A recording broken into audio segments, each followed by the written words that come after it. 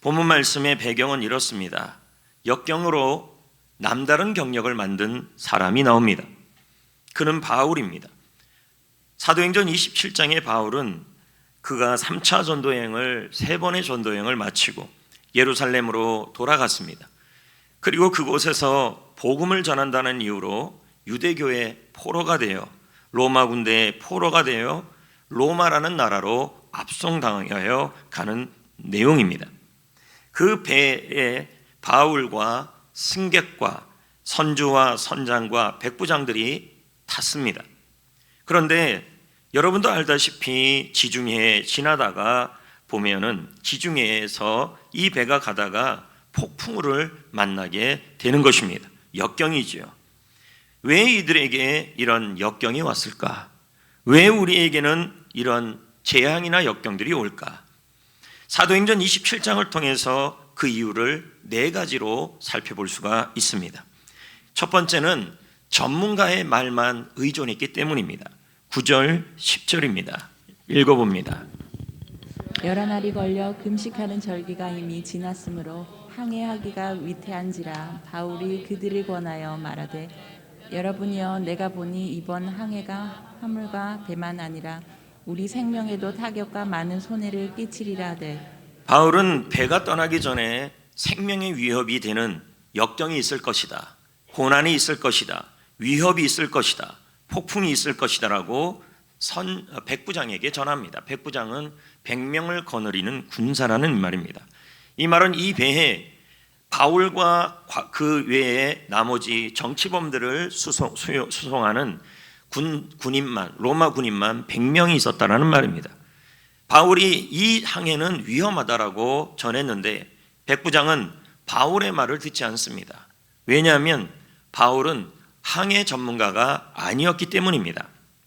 물론 전문가의 의견을 우리는 존중해야 합니다.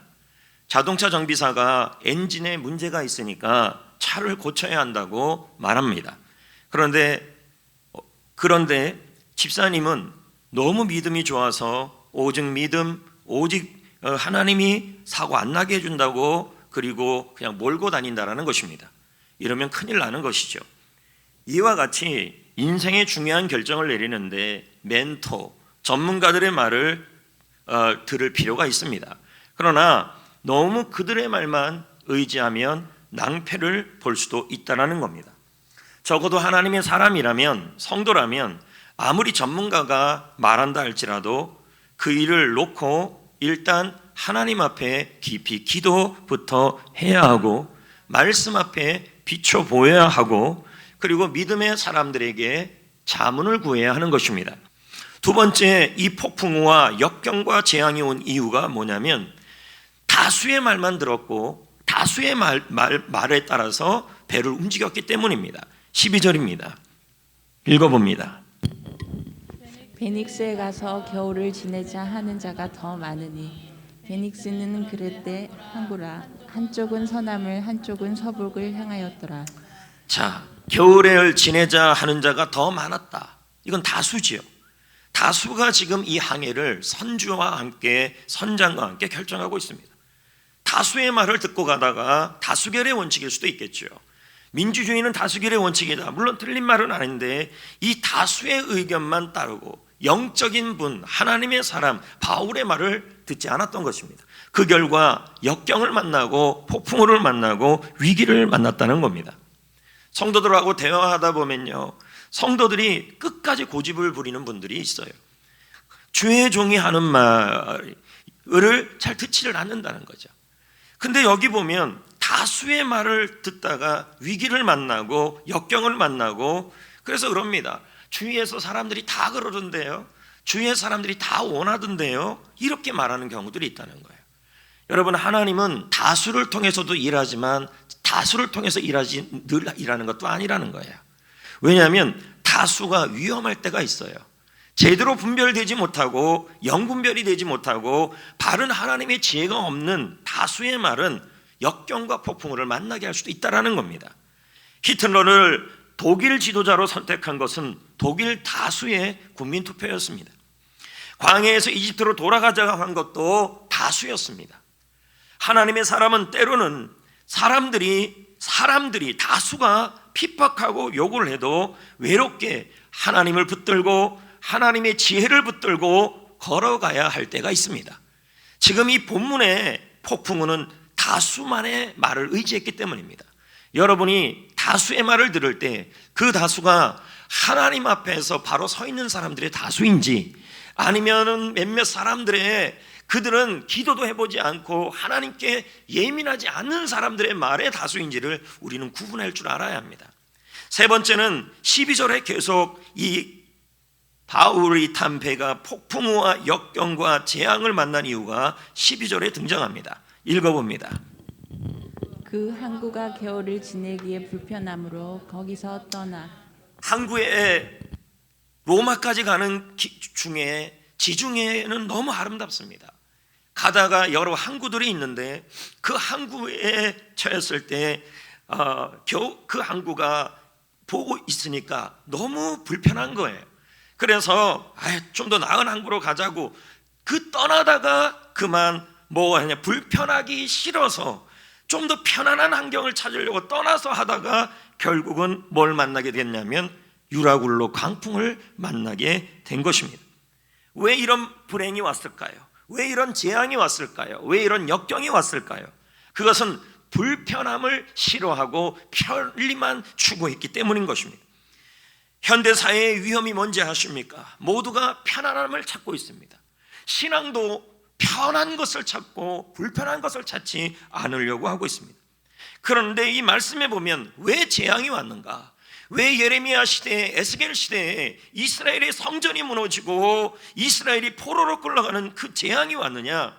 당시 민족들이, 당시 유대인들이 하나같이 모두 다 우상을 숭배하며 하나님을 섬기는 모든 것들이 귀찮아서 흠이 없는 제물을 드려야 되는데 대충 흠이 있는 거 드리고, 그렇게 편의주의를 찾는, 편한 신앙생활을 찾는, 편한 예배를 찾는 그러한 형태를 띠고 있었습니다. 지금 이 폭풍우도 유라굴로 강풍을 만나기 전에 불편하기 싫어서 떠난 그런 상황에서 이 불행이 찾아온 것입니다. 네 번째는 처음 성공을 했을 때, 초기 성공을 했을 때 그때 근신하고 깨있고 정신 차려야 하는데 처음 잘 될 때 그때 더욱더 근신하지 못했다는 겁니다. 13절입니다. 읽어봅니다.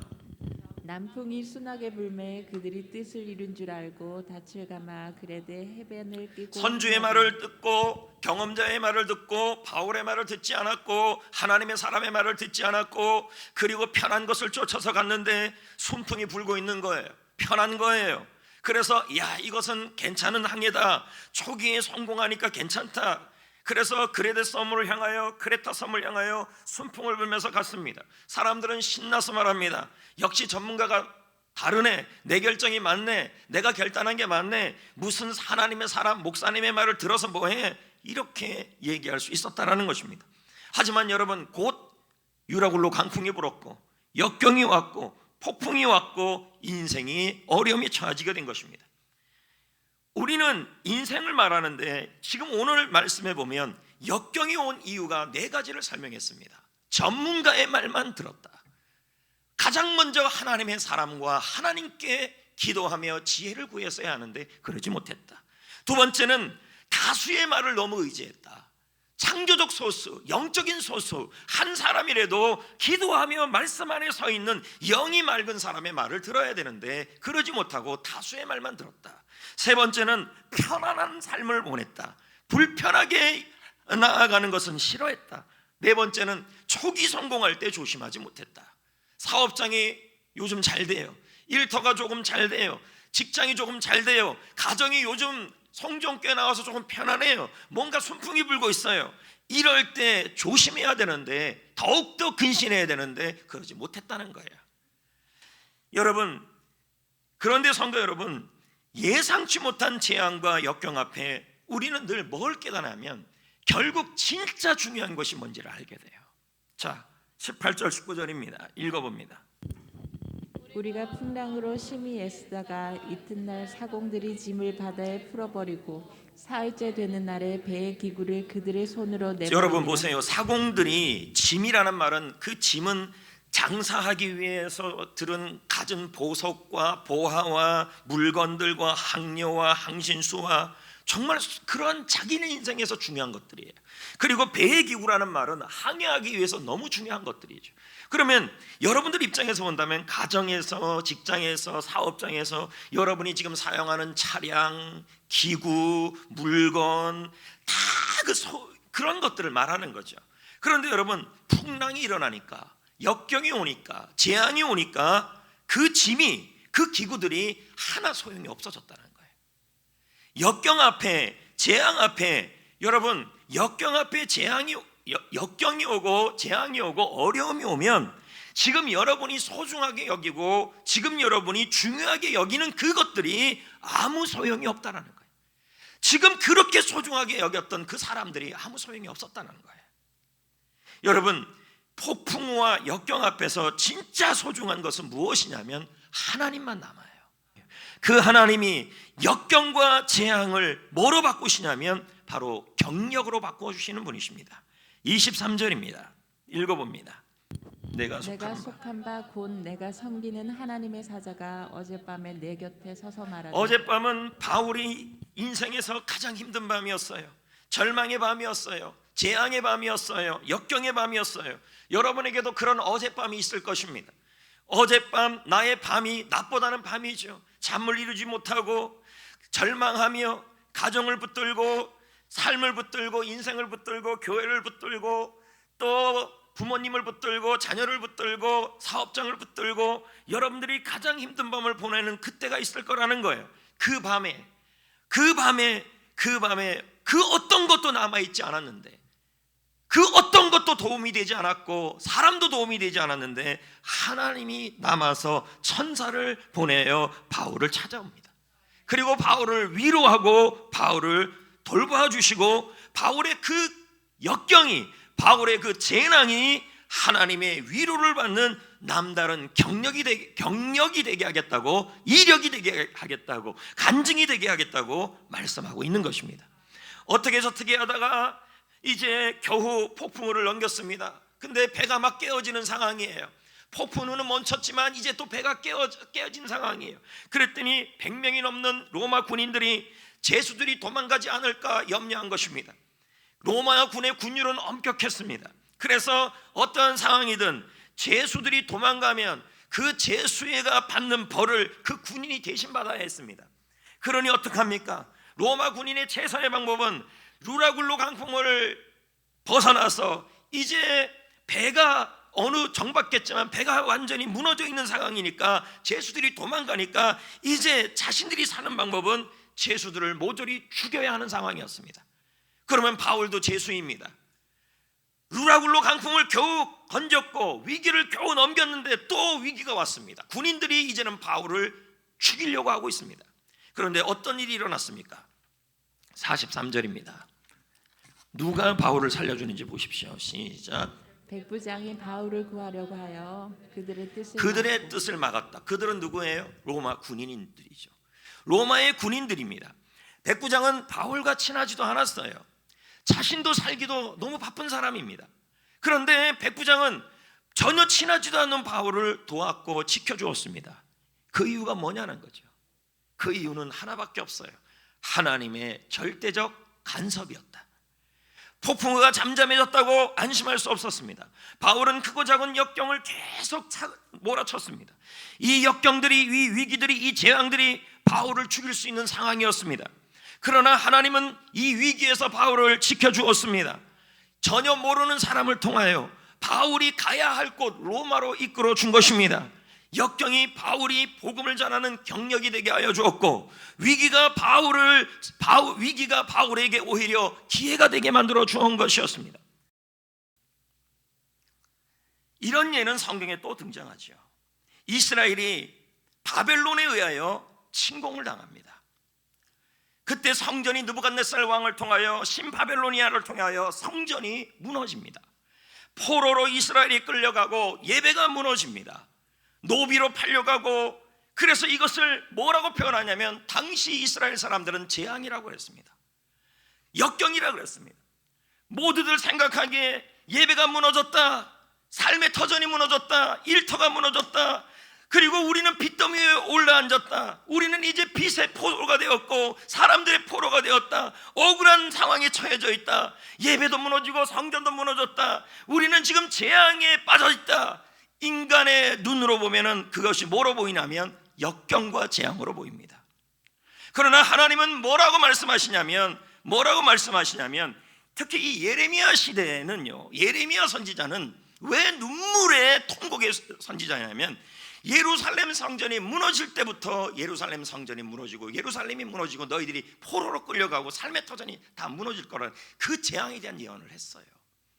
수없이 얘기했는데 그 말을 듣지 않았어요, 이스라엘 백성들이. 그러니까 계속 눈물을 흘리는데 예루살렘에서 이스라엘 백성들이 포로로 끌려가고 예루살렘 성전이 무너진 걸 눈으로 다 봤어요. 근데 여러분, 예레미야서를 꿋꿋이 읽어보면요, 하나님은 뭐라고 그러냐면 성전이 무너져도 포로로 끌려가도 예배가 무너져도 재앙이 와도 삶의 터전이 산산이 무너져도 인간의 눈으로 보면, 예레미야가 말하기를, 하나님의 말씀을 선포하기를, 인간의 눈으로 보면 재앙이고 역경이지만 역경이 아니다. 이 재앙을 통하여, 이 성전의 무너짐과 삶의 터전이 무너짐을 통하여 내가 유대인과 이스라엘과 교회와 가정을 다시 세우려고 하는 것이다 라고 설명한다는 거예요. 하나님의 시선과 인간의 시선은 달라요. 그래서 하나님은요, 포로로 끌려간 이스라엘 백성들에게 예레미야를 통해 말을 하는 겁니다. 너희들 지금 성전이 무너져가는 것을 봤느냐?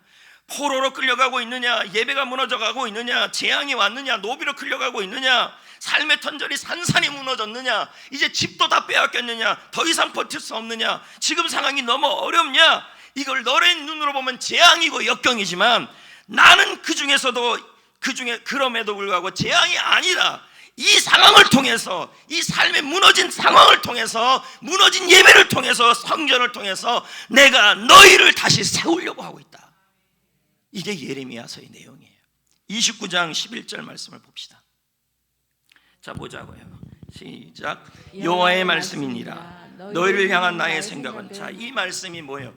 예레미야가 계속 선포하고 있어요. 너희들 지금 이렇게 편의주의로 제사 드리고 흠 있는 것이, 너희들 돈 아끼려고 흠 없는 제물을 드려야 되는데, 가장 좋은 제물을 드려야 되는데 흠이 있는 거 드리고 하나님 예배를 업신여기고 하나님 앞에 불편을 싫어하고 그렇게 우상 숭배를 하고 있느냐? 너희들 분명히 재앙이 올 것이다, 역경이 올 것이다, 무너질 것이다. 그런데 이것은 너희들 눈에는 역경이 있지만 나의 생각, 나의 눈에는 이게 재앙이 아니라는 거예요. 너희를 살려는 거라. 뭐라는 거예요? 평안이라, 재앙이 아니라 너희에게 미래와 희망을 주기 위해서다. 하나님의 계획은 오묘해요. 지금 왜 이런 코로나가 왔는지, 지금 여러분의 가정과 일터와 신앙생활과 교회와 자녀들과 가족관계에 왜 이런 역경과 어려움과 아픔과 재앙이 왔는지, 왜 유라굴로 강풍이 불어왔는지 인간의 눈으로 본다면 우리는 뭐예요? 절망이에요. 살 수가 없어요. 수없이 그런 마음이 들어요. 근데 하나님의, 인간의 눈, 그 전도사님 눈으로 본다면 수로가 안 보이지만 선장의 눈으로 본다면 뭐가 보였냐면 수로가 보였다는 거죠. 경험을 통해서. 하나님의 눈으로 본다면, 하나님은 이스라엘 백성들을 눈으로 본다면 모든 것이, 성전이 무너지고 제사가 무너지고 예배가 무너지고 삶의 터전이 무너지고 장사가 무너지고 다 무너지는 것은 결국 인간의 눈으로 본다면 재앙이었어요. 그런데 하나님은 이것이 무너지기 전에도 예레미야를 통해서 계속 외쳤어요. 이 재앙을 통해 너희들 끝나지 않는다. 이것은 끝이 있다. 70년 후에 끝난다. 그리고 너희들을 다시 세울 것이다. 예배당도 다시 세울 것이고 예배도 다시 세울 것이고 다시 너희들을 세워낼 것이다. 하나님의 눈으로 봐라 라고 얘기하는 거죠. 우리를 바라보면 초라합니다. 한국교회 상황을 보면 억울하고 답답합니다. 그러나 이런 것을 경험한 예레미야는 뭐라고 얘기하냐면, 지금의 상황을 재앙으로만 보지 말고, 지금의 이 상황을 역경으로만 보지 말고 하나님의 눈으로 뒤집어 보라고 말합니다. 믿음의 눈으로 뒤집어 보라 그럽니다. 하나님의 시선으로 뒤집어 보라 그럽니다. 왜요? 내가 너희를 향한 그 핵은 너희들이 우상숭배와 예배를 무너뜨려서 포로로 끌려가는 재앙이 왔지만 나를 향한 나의 생각은 끝이 있을 것이며 미래와 소망을 주는 것이고 위기가 기회가 되는 것이며 남다른 경력을 만들어주는 것이다 라는 것입니다. 이제 어떻게 해야 될까요? 앞으로 여러분 인류의 종말이 멀지 않았다고 우리는 말하는 이 시대 앞에 예수님은 도적같이 올 것입니다. 성경에 증언한 것처럼 도적같이.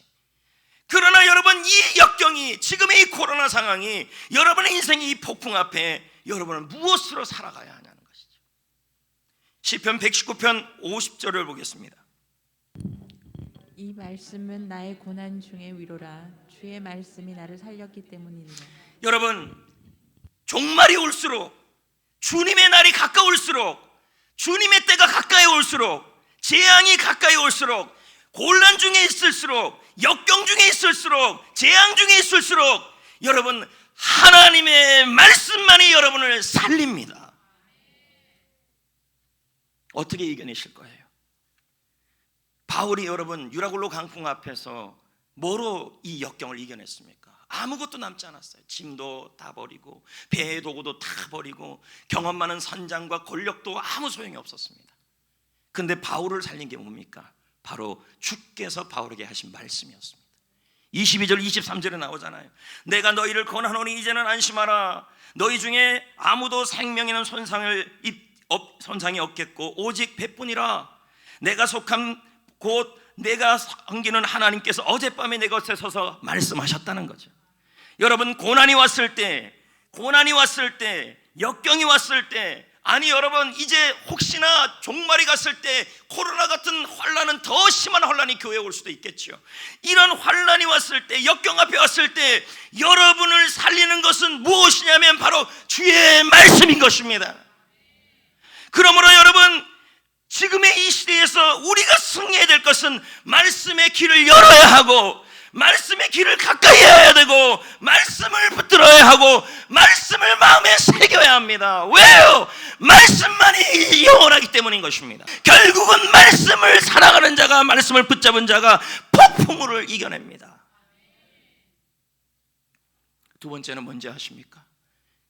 지금의 이 역경 코로나19라는 재앙 앞으로 종말이 더욱더 심각해지는 이 말세치 많은 상황에서 주님의 재림이 가까워지는 이 시대에서 우리가 이 역경 가운데 붙잡아야 될 것은 다른 게 아니에요. 교회를 선택할 때도 교회 생활할 때도 역경 때문에 교회를 왔다 갔다 하는 것이 아니라 오직 사명이 있냐 없냐 하는 것을 보고 움직여야 하는 거예요. 바울을 보십시오. 24절에 뭐라고 얘기합니까? 폭풍우를 만났을 때요, 재앙을 만났을 때. 바울아 시작.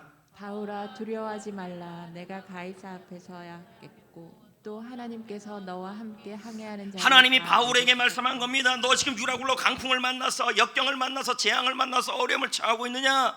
너는 죽지 않을 것이다. 걱정하지 말아라. 지금의 이 재앙과 역경과 코로나와 그리고 이것 때문에 걱정하지 말아라. 너는 로마에 가야 한다. 복음을 전해야 한다. 제자가 되어야 한다. 제자를 세워야 한다. 사명을 기억해라. 역경일수록 재앙일수록 어려움일수록 종말이 올수록 사명을 붙들고 살아라. 왜요? 재앙 가운데 역경 가운데 사명을 붙들면 하나님이 사명을 다할 때까지 붙들어요. 역경이 기회가 되게 해요. 오죽하면 예수님이 종말의 때일수록 제발 부탁하는데 근신하라, 깨어라, 기도하고 있어라. 하지만 우리는 사는 게 너무 바빠요. 여러분 큰일 납니다. 너무 바빠서 전도하고 제자 세우고 제자되는 이 사명을 놓쳐버리면 어떻게 되겠습니까?